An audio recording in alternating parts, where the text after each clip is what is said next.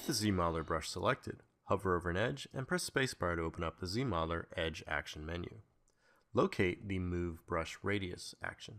With the Move Brush Radius action selected, you'll have a series of targets down below. To start off, just make sure we have Edge Loop Complete selected as the target. Returning to our model and simply clicking on any edge and dragging will perform the Move Brush Radius action. Now this action is going to look at the edge you select and then apply a fall off to that move function based on your brush size. So right now my brush size is actually pretty small, so when I actually click and apply that action to that edge loop there, it's not affecting very much of that loop. If I undo that and now increase my draw size on my brush to something very large and now come across that actual edge and perform the action, you'll notice that it's going to affect more of that actual loop. So this action is actually looking at your draw size to determine how much of the target is going to be affected.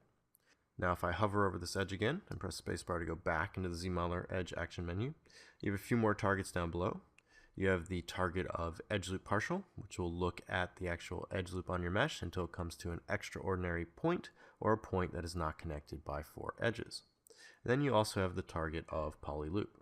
With the poly loop target selected, if I come back to my model and hover over an edge that forms a poly loop and click and drag, it'll perform that Move Brush Radius action across that poly loop.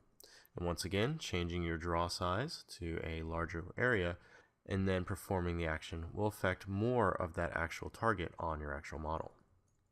So using these different targets down here along with the Move Brush Radius action, you can come through and start moving large areas of your model quickly and easily.